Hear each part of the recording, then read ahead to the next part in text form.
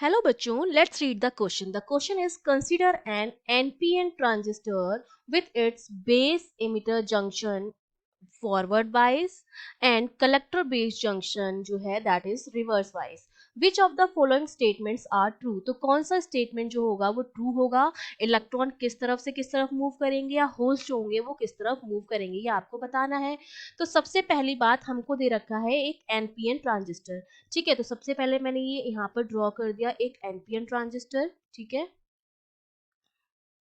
ये आपका हो गया एन पी एन, ये आपका हो गया इमिटर, इसको ये इमिटर हो जाएगा, ये बेस हो जाएगा मिडिल में, और ये क्या हो जाएगा कलेक्टर हो जाएगा।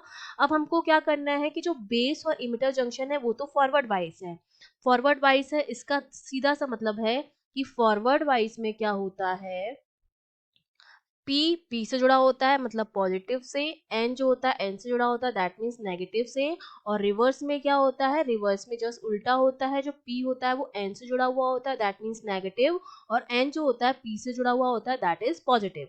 अब हमको दे रखा है कि जो इमिटर बेस जंक्शन है वो फॉरवर्ड वाइस है, मतलब एन जो है हमारा वो जुड़ा हुआ होगा। ठीक है, फॉरवर्ड वाइस है तो एन एन से जुड़ा हुआ होगा हमारे पास। ठीक है, इसको मैंने नेगेटिव से जोड़ दिया, और यहाँ पर ये हो जाएगा, ये नेगेटिव एन एन हो जाएगा, negative to negative forward wise हो गया, और ये बेस हमारा हो जाएगा, ये इससे जुड़ जाएगा इस तरह से। ठीक है, ये हो गया हमारा फॉरवर्ड वाइज। ठीक है, पी पी से एन एन से फॉरवर्ड वाइज हो गया। सेकंड हमको दे रखा है कि जो कलेक्टर बेस जंक्शन है वो हमारा रिवर्स वाइज है, रिवर्स वाइज है दैट सिंपली मीन्स एन जो होगा वो प्लस से जुड़ा हुआ होगा, कुछ इस तरह से होगा।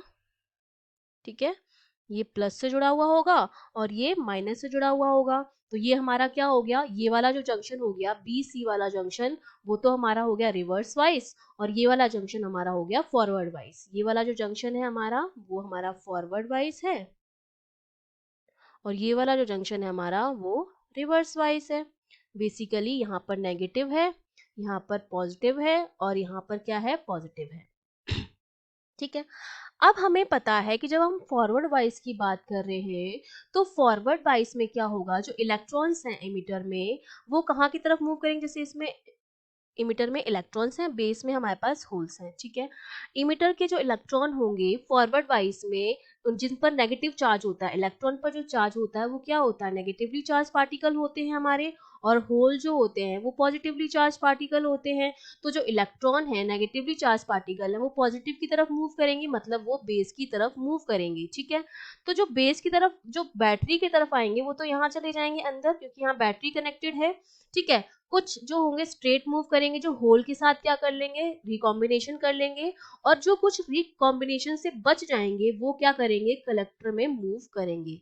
ठीक है, और यहाँ पर है रिवर्स वाइज, तो जब रिवर्स वाइज है तो क्या होगा, हमारे जो होल होते हैं यहाँ पर पॉजिटिव है तो पॉजिटिव से पॉजिटिव की तरफ तो जाएंगे नहीं, होल मूव करेंगे इमिटर की तरफ, बेस से इमिटर की तरफ, और जो इलेक्ट्रॉन होंगे वो मूव करेंगे इमिटर से पहले बेस की तरफ आएंगे क्योंकि यहाँ पर पॉजिटिव चार्ज है, यहाँ पर बैटरी कनेक्टेड है तो कुछ तो यहाँ चले जाएंगे, और ये जो बैटरी है उसका सपोज पोटेंशियल जो है बी है और इसका बी1 है, जो बी पोटेंशियल है वो ज्यादा है बी1 से। ठीक है, ज्यादा स्ट्रॉन्ग है। सपोज ये जो हमारी है बैटरी है और ये हमारा सेल जुड़ा हुआ है। ठीक है, ये बैटरी है तो ये हमारा क्या है सेल है। ठीक है, तो कुछ तो यहाँ पर चले जाएंगे, कुछ जो होंगे स्ट्रेट जाएंगे, वो होल के साथ क्या कर लेंगे रिकम्बाइन कर लेंगे, पॉजिटिव और नेगेटिव चार्ज रिकम्बाइन कर लेंगे, और कुछ जो रिकॉम्बिनेशन से बच जाएंगे वो कलेक्टर की तरफ मूव करेंगे क्योंकि यहाँ पर भी क्या है पॉजिटिव चार्ज है, तो ये मूव करेगा पॉजिटिव चार्ज की तरफ, क्योंकि नेगेटिव चार्ज है होल पॉजिटिव है तो ये मूव करेंगे नेगेटिव चार्ज की तरफ। ठीक है, तो ये आपको समझ में आ गया। अब हम देखते हैं हमारे ऑप्शंस। पहला ऑप्शन है electrons cross over from emitter to collector, तो बिल्कुल ठीक है कि वो क्रॉस ओवर करते हैं इमिटर से कलेक्टर की तरफ, अगर जो बच जाते हैं रिकॉम्बिनेशन से और बैटरी में जाने से, तो ए ऑप्शन बिल्कुल करेक्ट है आपका।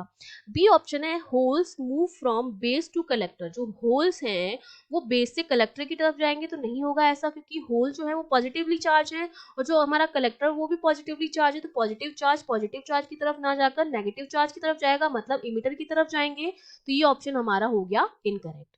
सी ऑप्शन है electrons move from emitter to base, electron जो है वो इमिटर से बेस की तरफ मूव करेंगे, तो ये बिल्कुल ठीक है, क्योंकि इलेक्ट्रॉन जो है हमारे नेगेटिवली चार्ज है, हमारा जो बेस है वो पॉजिटिव पर जुड़ा हुआ है बैटरी से, तो जो इलेक्ट्रॉन्स आएंगे वो इस बैटरी की तरफ अट्रैक्ट हो जाएंगे, क्योंकि अपोजिट चार्ज है।